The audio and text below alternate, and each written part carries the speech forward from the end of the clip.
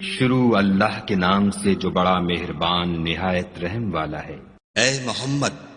صلی اللہ علیہ وآلہ وسلم، مجاہد لوگ تم سے غنیمت کے مال کے بارے میں دریافت کرتے ہیں کہ کیا حکم ہے؟ کہہ دو کہ غنیمت خدا اور اس کے رسول کا مال ہے، تو خدا سے ڈرو اور آپس میں صلح رکھو، اور اگر ایمان رکھتے ہو تو خدا اور اس کے رسول کے حکم پر چلو۔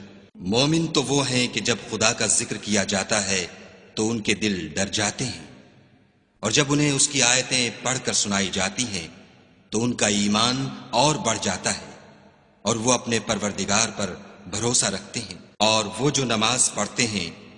اور جو مال ہم نے ان کو دیا ہے اس میں سے نیک کاموں میں خرچ کرتے ہیں، یہی سچے مومن ہیں، اور ان کے لیے پروردگار کے ہاں بڑے بڑے درجے اور بخشش اور عزت کی روزی ہے۔ ان لوگوں کو اپنے گھروں سے اس طرح نکلنا چاہیے تھا جس طرح تمہارے پروردگار نے تم کو تدبیر کے ساتھ اپنے گھر سے نکالا،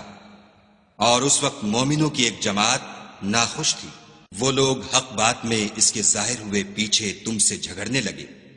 گویا موت کی طرف دھکیلے جاتے ہیں اور اسے دیکھ رہے ہیں۔ اور اس وقت کو یاد کرو جب خدا تم سے وعدہ کرتا تھا کہ ابو سفیان اور ابو جہل کے دو گروہوں میں سے ایک گروہ تمہارا مسخر ہو جائے گا، اور تم چاہتے تھے کہ جو قافلہ بے شان و شوکت یعنی بے ہتھیار ہے وہ تمہارے ہاتھ آ جائے، اور خدا چاہتا تھا کہ اپنے فرمان سے حق کو قائم رکھے اور کافروں کی جڑ کاٹ کر پھینک دے، تاکہ سچ کو سچ اور جھوٹ کو جھوٹ کر دے۔ گو مشرک ناخوش ہی ہوں۔ جب تم اپنے پروردگار سے فریاد کرتے تھے تو اس نے تمہاری دعا قبول کر لی اور فرمایا کہ تسلی رکھو، ہم 1000 فرشتوں سے جو ایک دوسرے کے پیچھے آتے جائیں گے تمہاری مدد کریں گے۔ اور اس مدد کو خدا نے محض بشارت بنایا تھا کہ تمہارے دل اس سے اطمینان حاصل کریں، اور مدد تو اللہ ہی کی طرف سے ہے، بے شک خدا غالب حکمت والا ہے۔ جب اس نے تمہاری تسکین کے لیے اپنی طرف سے تمہیں نیند کی چادر اڑا دی اور تم پر آسمان سے پانی برسا دیا تاکہ تم کو اس سے نہلا کر پاک کر دے، اور شیطانی نجاست کو تم سے دور کر دے، اور اس لیے بھی کہ تمہارے دلوں کو مضبوط کر دے اور اس سے تمہارے پاؤں جمائے رکھے۔ جب تمہارا پروردگار فرشتوں کو ارشاد فرماتا تھا کہ میں تمہارے ساتھ ہوں، تم مومنوں کو تسلی دو کہ ثابت قدم رہیں، میں ابھی ابھی کافروں کے دلوں میں رعب و ہیبت ڈالے دیتا ہوں، تو ان کے سر مار کر اڑا دو اور ان کا پور پور مار کر توڑ دو۔ یہ سزا اس لیے دی گئی کہ انہوں نے خدا اور اس کے رسول کی مخالفت کی، اور جو شخص خدا اور اس کے رسول کی مخالفت کرتا ہے تو خدا بھی سخت عذاب دینے والا ہے۔ یہ مزہ تو یہاں چکھو اور یہ جانے رہو کہ کافروں کے لیے آخرت میں دوزخ کا عذاب بھی تیار ہے۔ اے اہل ایمان، جب میدان جنگ میں کفار سے تمہارا مقابلہ ہو تو ان سے پیٹھ نہ پھیرنا، اور جو شخص جنگ کے روز اس صورت کے سوا کہ لڑائی کے لیے کنارے کنارے چلے، یعنی حکمت عملی سے دشمن کو مارے یا اپنی فوج میں جا ملنا چاہے، ان سے پیٹھ پھیرے گا تو سمجھو کہ وہ خدا کے غضب میں گرفتار ہو گیا، اور اس کا ٹھکانہ دوزخ ہے، اور وہ بہت ہی بری جگہ ہے۔ تم لوگوں نے ان کفار کو قتل نہیں کیا بلکہ خدا نے انہیں قتل کیا، اور اے محمد صلی اللہ علیہ وآلہ وسلم، جس وقت تم نے کنکریاں پھینکی تھیں تو وہ تم نے نہیں پھینکی تھیں بلکہ اللہ نے پھینکی تھیں، اس سے یہ غرض تھی کہ مومنوں کو اپنے احسانوں سے اچھی طرح آزما لے، بے شک خدا سنتا جانتا ہے۔ بات یہ ہے کچھ شک نہیں کہ خدا کافروں کی تدبیر کو کمزور کر دینے والا ہے۔ کافروں، اگر تم محمد صلی اللہ علیہ وآلہ وسلم پر فتح چاہتے ہو تو تمہارے پاس فتح آ چکی۔ دیکھو، اگر تم اپنے افعال سے باز آ جاؤ تو تمہارے حق میں بہتر ہے، اور اگر پھر نافرمانی کرو گے تو ہم بھی پھر تمہیں عذاب کریں گے، اور تمہاری جماعت خواہ کتنی ہی کثیر ہو تمہارے کچھ بھی کام نہ آئے گی، اور خدا تو مومنوں کے ساتھ ہے۔ اے ایمان والو، خدا اور اس کے رسول کے حکم پر چلو اور اس سے روگردانی نہ کرو، اور تم سنتے ہو، اور ان لوگوں جیسے نہ ہونا جو کہتے ہیں کہ ہم نے حکم خدا سن لیا مگر حقیقت میں نہیں سنتے۔ کچھ شک نہیں کہ خدا کے نزدیک تمام جانداروں سے بدتر بہرے گونگے ہیں جو کچھ نہیں سمجھتے، اور اگر خدا ان میں نیکی کا مادہ دیکھتا تو ان کو سننے کی توفیق بخشتا، اور اگر بغیر صلاحیت ہدایت کے سماعت دیتا تو وہ منہ پھیر کر بھاگ جاتے۔ مومنو، خدا اور اس کے رسول کا حکم قبول کرو، جبکہ رسول خدا تمہیں ایسے کام کے لیے بلاتے ہیں جو تم کو زندگی جاوداں بخشتا ہے، اور جان رکھو کہ خدا آدمی اور اس کے دل کے درمیان حائل ہو جاتا ہے، اور یہ بھی کہ تم سب اس کے روبرو جمع کیے جاؤ گے۔ اور اس فتنے سے ڈرو جو خصوصیت کے ساتھ انہی لوگوں پر واقع نہ ہوگا جو تم میں گناہ گار ہیں، اور جان رکھو کہ خدا سخت عذاب دینے والا ہے۔ اور اس وقت کو یاد کرو جب تم زمین مکہ میں قلیل اور ضعیف سمجھے جاتے تھے اور ڈرتے رہتے تھے کہ لوگ تمہیں اڑا نہ لے جائیں، یعنی بے خانما نہ کر دیں، تو اس نے تم کو جگہ دی اور اپنی مدد سے تم کو تقویت بخشی اور پاکیزہ چیزیں کھانے کو دیں تاکہ اس کا شکر کرو۔ اے ایمان والو، نہ تو خدا اور رسول کی امانت میں خیانت کرو اور نہ اپنی امانتوں میں خیانت کرو، اور تم ان باتوں کو جانتے ہو، اور جان رکھو کہ تمہارا مال اور اولاد بڑی آزمائش ہے، اور یہ کہ خدا کے پاس نیکیوں کا بڑا ثواب ہے۔ مومنو، اگر تم خدا سے ڈرو گے تو وہ تمہارے لیے امر فارق پیدا کر دے گا، یعنی تم کو ممتاز کر دے گا اور تمہارے گناہ مٹا دے گا اور تمہیں بخش دے گا، اور خدا بڑے فضل والا ہے۔ اور اے محمد صلی اللہ علیہ وآلہ وسلم، اس وقت کو یاد کرو جب کافر لوگ تمہارے بارے میں چال چل رہے تھے کہ تم کو قید کر دیں یا جان سے مار دیں یا وطن سے نکال دیں، تو ادھر تو وہ چال چل رہے تھے اور ادھر خدا چال چل رہا تھا، اور خدا سب سے بہتر چال چلنے والا ہے۔ اور جب ان کو ہماری آیتیں پڑھ کر سنائی جاتی ہیں تو کہتے ہیں یہ کلام ہم نے سن لیا ہے، اگر ہم چاہیں تو اسی طرح کا کلام ہم بھی کہہ دیں،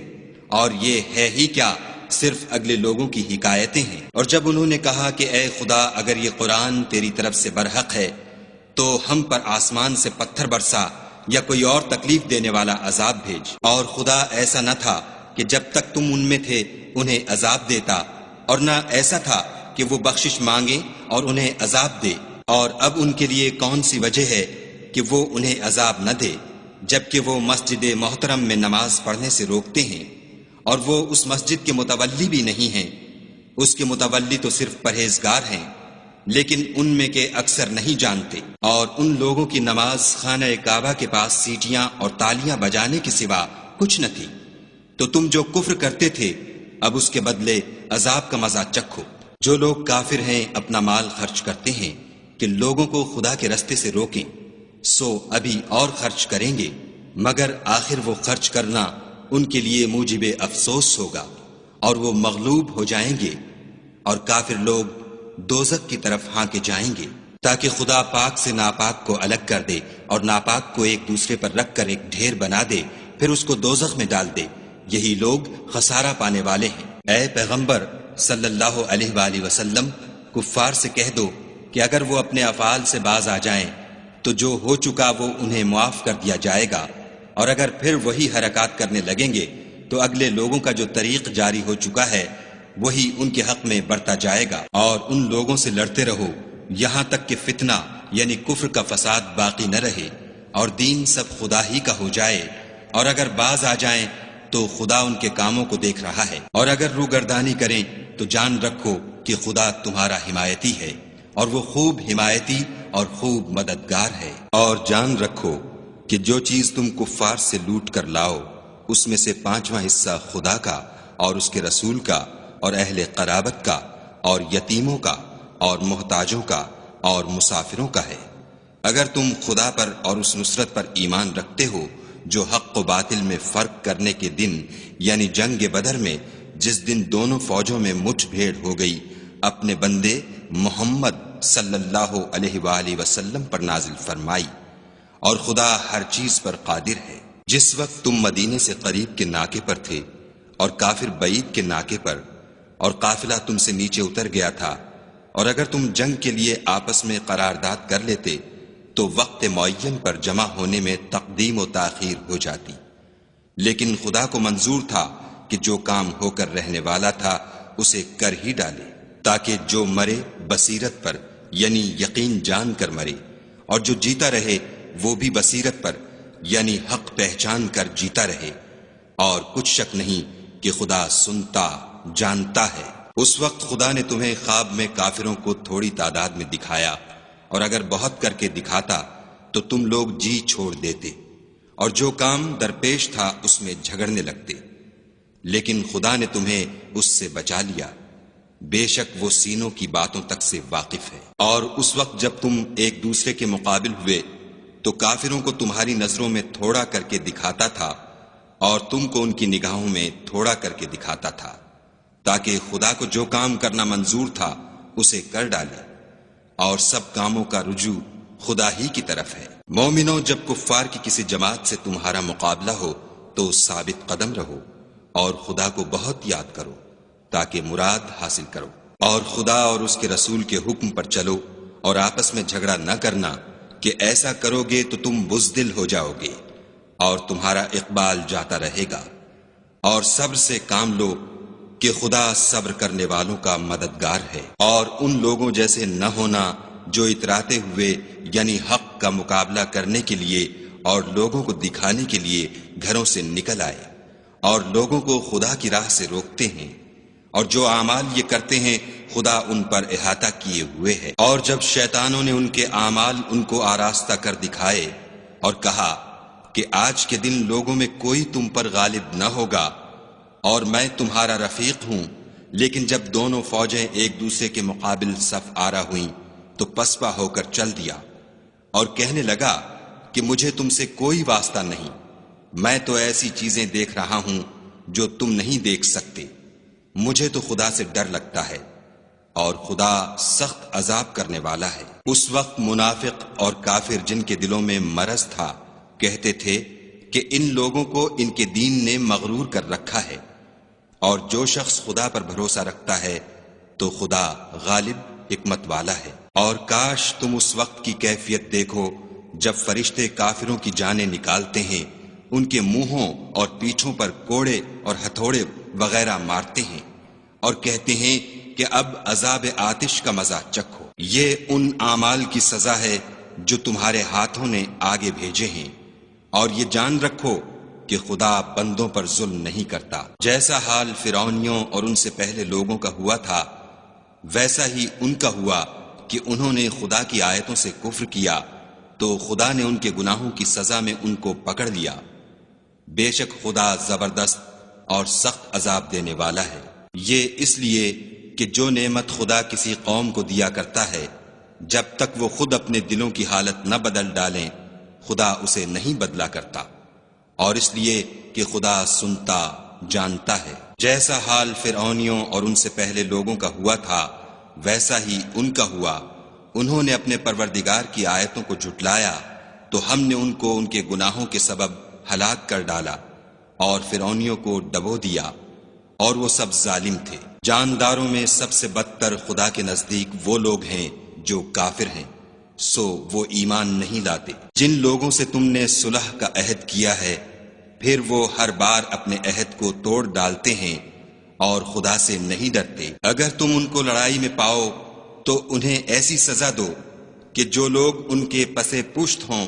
وہ ان کو دیکھ کر بھاگ جائیں، عجب نہیں کہ ان کو اس سے عبرت ہو۔ اور اگر تم کو کسی قوم سے دغا بازی کا خوف ہو تو ان کا عہد انہی کی طرف پھینک دو اور برابر کا جواب دو، کچھ شک نہیں کہ خدا دغا بازوں کو دوست نہیں رکھتا۔ اور کافر یہ نہ خیال کریں کہ وہ بھاگ نکلے ہیں، وہ اپنی چالوں سے ہم کو ہرگز عاجز نہیں کر سکتے۔ اور جہاں تک ہو سکے فوج کی جمعیت کے زور سے اور گھوڑوں کے تیار رکھنے سے ان کے مقابلے کے لیے مستعد رہو کہ اس سے خدا کے دشمنوں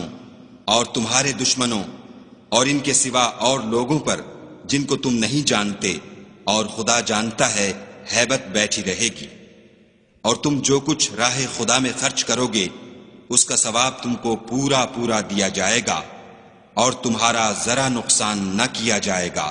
اور اگر یہ لوگ صلح کی طرف مائل ہوں تو تم بھی اس کی طرف مائل ہو جاؤ، اور خدا پر بھروسہ رکھو، کچھ شک نہیں کہ وہ سب کچھ سنتا اور جانتا ہے۔ اور اگر یہ چاہیں کہ تم کو فریب دیں تو خدا تمہیں کفایت کرے گا،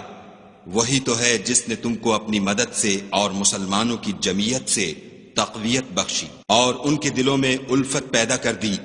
اور اگر تم دنیا بھر کی دولت خرچ کرتے تب بھی ان کے دلوں میں الفت پیدا نہ کر سکتے، مگر خدا ہی نے ان میں الفت ڈال دی، بے شک وہ زبردست اور حکمت والا ہے۔ اے نبی، خدا تم کو اور مومنوں کو جو تمہارے پیرو ہیں کافی ہے۔ اے نبی، مسلمانوں کو جہاد کی ترغیب دو، اگر تم میں 20 آدمی ثابت قدم رہنے والے ہوں گے تو 200 کافروں پر غالب رہیں گے، اور اگر 100 ایسے ہوں گے تو 1000 پر غالب رہیں گے، اس لیے کہ کافر ایسے لوگ ہیں کہ کچھ بھی سمجھ نہیں رکھتے۔ اب خدا نے تم پر سے بوجھ ہلکا کر دیا اور معلوم کر لیا کہ ابھی تم میں کسی قدر کمزوری ہے، بس اگر تم میں 100 ثابت قدم رہنے والے ہوں گے تو 200 پر غالب رہیں گے، اور اگر 1000 ہوں گے تو خدا کے حکم سے 2000 پر غالب رہیں گے، اور خدا ثابت قدم رہنے والوں کا مددگار ہے۔ پیغمبر کو شایع نہیں کہ اس کے قبضے میں قیدی رہیں جب تک کافروں کو قتل کر کے زمین میں کثرت سے خون نہ بہا دے۔ تم لوگ دنیا کے مال کے طالب ہو اور خدا آخرت کی بھلائی چاہتا ہے، اور خدا غالب حکمت والا ہے۔ اگر خدا کا حکم پہلے نہ ہو چکا ہوتا تو جو فدیہ تم نے لیا ہے اس کے بدلے تم پر بڑا عذاب نازل ہوتا۔ تو جو مال غنیمت تمہیں ملا ہے اسے کھاؤ کہ وہ تمہارے لیے حلال طیب ہے، اور خدا سے ڈرتے رہو، بے شک خدا بخشنے والا مہربان ہے۔ اے پیغمبر، جو قیدی تمہارے ہاتھ میں گرفتار ہیں ان سے کہہ دو کہ اگر خدا تمہارے دلوں میں نیکی معلوم کرے گا تو جو مال تم سے چھن گیا ہے اس سے بہتر تمہیں عنایت فرمائے گا، اور تمہارے گناہ بھی معاف کر دے گا، اور خدا بخشنے والا مہربان ہے۔ اور اگر یہ لوگ تم سے دغا کرنا چاہیں گے تو یہ پہلے ہی خدا سے دغا کر چکے ہیں، تو اس نے ان کو تمہارے قبضے میں کر دیا، اور خدا دانا حکمت والا ہے۔ جو لوگ ایمان لائے اور وطن سے ہجرت کر گئے اور خدا کی راہ میں اپنے مال اور جان سے لڑے وہ، اور جنہوں نے ہجرت کرنے والوں کو جگہ دی اور ان کی مدد کی وہ آپس میں ایک دوسرے کے رفیق ہیں۔ اور جو لوگ ایمان تو لے آئے لیکن ہجرت نہیں کی تو جب تک وہ ہجرت نہ کریں تم کو ان کی رفاقت سے کچھ سروکار نہیں، اور اگر وہ تم سے دین کے معاملات میں مدد طلب کریں تو تم کو مدد کرنی لازم ہے، مگر ان لوگوں کے مقابلے میں کہ تم میں اور ان میں صلح کا عہد ہو مدد نہیں کرنی چاہیے، اور خدا تمہارے سب کاموں کو دیکھ رہا ہے۔ اور جو لوگ کافر ہیں وہ بھی ایک دوسرے کے رفیق ہیں۔ تو مومنو، اگر تم یہ کام نہ کرو گے تو ملک میں فتنہ برپا ہو جائے گا اور بڑا فساد مچے گا۔ اور جو لوگ ایمان لائے اور وطن سے ہجرت کر گئے اور خدا کی راہ میں لڑائیاں کرتے رہے، اور جنہوں نے ہجرت کرنے والوں کو جگہ دی اور ان کی مدد کی، یہی لوگ سچے مسلمان ہیں، ان کے لیے خدا کے ہاں بخشش اور عزت کی روزی ہے۔ اور جو لوگ بعد میں ایمان لائے اور وطن سے ہجرت کر گئے اور تمہارے ساتھ ہو کر جہاد کرتے رہے، وہ بھی تمہیں میں سے ہیں، اور رشتہ دار خدا کے حکم کی روح سے ایک دوسرے کے زیادہ حقدار ہیں۔ کچھ شک نہیں کہ خدا ہر چیز سے واقف ہے۔